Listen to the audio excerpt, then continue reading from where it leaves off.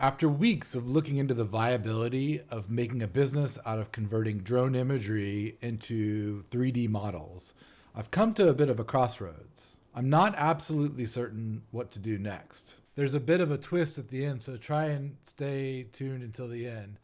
To understand where I find myself, I just need to first mention what I've been doing the last couple weeks. To start, I've been experimenting with real drone data to discover what I can do with it. I've discovered that I can precisely map object detections to a 3D space in a format that's compatible with most 3D workflows, DXF.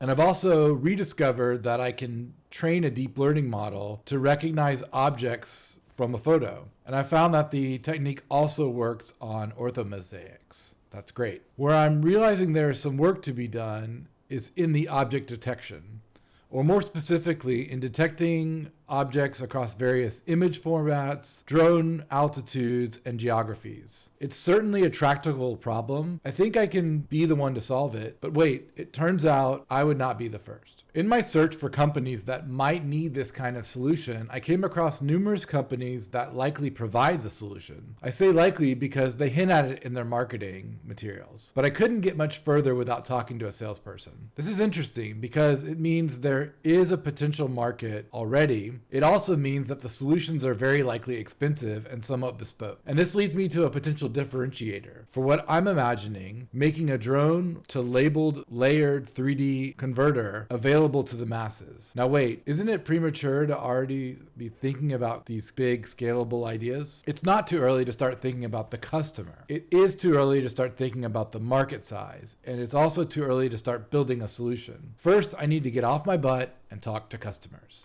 So I say customers, but that's kind of assuming that somebody wants to pay for this or somebody needs this. And so I want to take a step back and actually reframe this as needing to talk to experts. There'll be some benefits to talking to experts, such as learning from their combined intelligence. By talking to industry experts, I'll be able to benefit from their combined intelligence. It's an intelligence that massively exceeds my own. There will likely be things that I need to consider and change about my current ideas. I'll be able to discover how strong the needs really are. To learn from industry experts, I'm going to need to try two things. One, I need to get face-to-face with them. I need to get on a Zoom call or in a room preferably. And two, I need to listen. Getting face-to-face with my customer will likely involve a lot of rejection, because people are busy and they have other priorities, and I'm not one of them yet. Persistence and staying open-minded to all the possibilities will be my methodology. I'll ask each person I can to refer me to 10 more people. I could spend weeks or even months just listening to experts. The vision is that once I talk to enough experts, I'll know more about whether there is a specific need and how big it is. And then I'll know whether I can actually do something about it. The reason I'm at this important crossroads is A, I've discovered that I'm passionate about the kinds of problems that can be solved. And B, I'm realizing that the level of effort required to create a solution is high. And I want to dive straight in.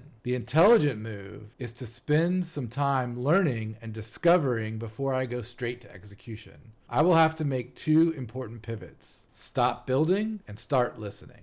So that's a slightly different kind of update than I've given recently. I hope you weren't caught off guard, but sometimes I need to think a little bit more about the strategy and less about execution. I need to think about discovering the problem.